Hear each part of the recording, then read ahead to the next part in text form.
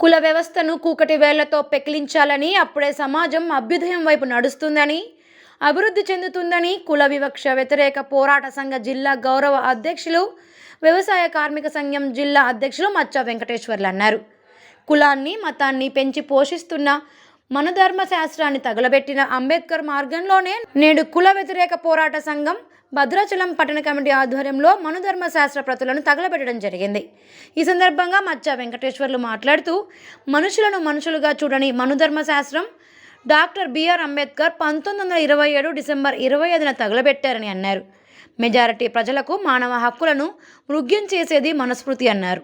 ఈ కార్యక్రమంలో కేవీపీఎస్ జిల్లా అధ్యక్షులు కోరాడ శ్రీనివాస్, వ్యవసాయ కార్మిక సంఘం జిల్లా ఉపాధ్యక్షులు గడ్డం స్వామి, కేవీపీఎస్ పట్టణ నాయకులు కృష్ణార్జునరావు, కొరస రవి తదితరులు పాల్గొన్నారు.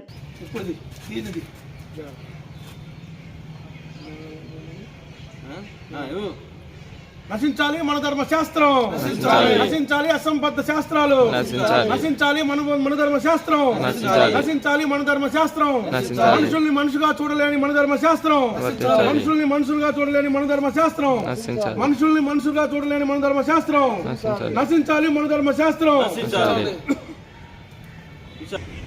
ఆ మనుధర్మశాస్త్రంలో ఉన్నటువంటి ఫ్యూడల్ భావాలను వ్యతిరేకిస్తూ మనుషుల్ని మనుషులుగా చూడాలని ఆనాడు మహత్ పోరాటంలో మంచినీళ్ల కోసం పోరాటం సాగింది. నాసిక్లో దేవాలయ పోరాటం సాగింది. ఈ పోరాటాలన్నీ కూడా మనుధర్మశాస్త్రంలో ఉన్నటువంటి అశాస్త్రీయంగా ఉన్నటువంటి విషయాలపైన ఆనాడు అనేక ఉద్యమాలు అంబేద్కర్ గారి నాయకత్వంలో సాగాయి. చివరికి భారత సమాజంలో అత్యంత బలంగా వేళ్ళూనుకొని పోయి ఉన్నటువంటి కుల వ్యవస్థను కూకటి వేళ్లతో పెకిలించకపోతే ఈ సమాజం ముందుకు పోదని, అట్లాగనే అభ్యుదయం వైపు సాగదని వారు ఆనాడు గ్రహించడం జరిగింది.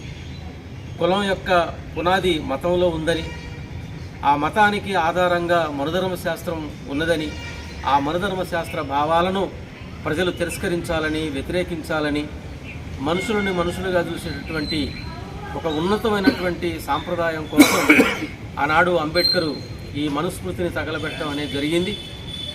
నాడు ఏదైతే అంబేద్కర్ గారు ఆశించి ఈ యొక్క భావాన్ని వ్యతిరేకించి ప్రజలకు వివరించారో దాంట్లో ఉన్నటువంటి భావజాలమే నేటికి కొనసాగుతూ ఉంది.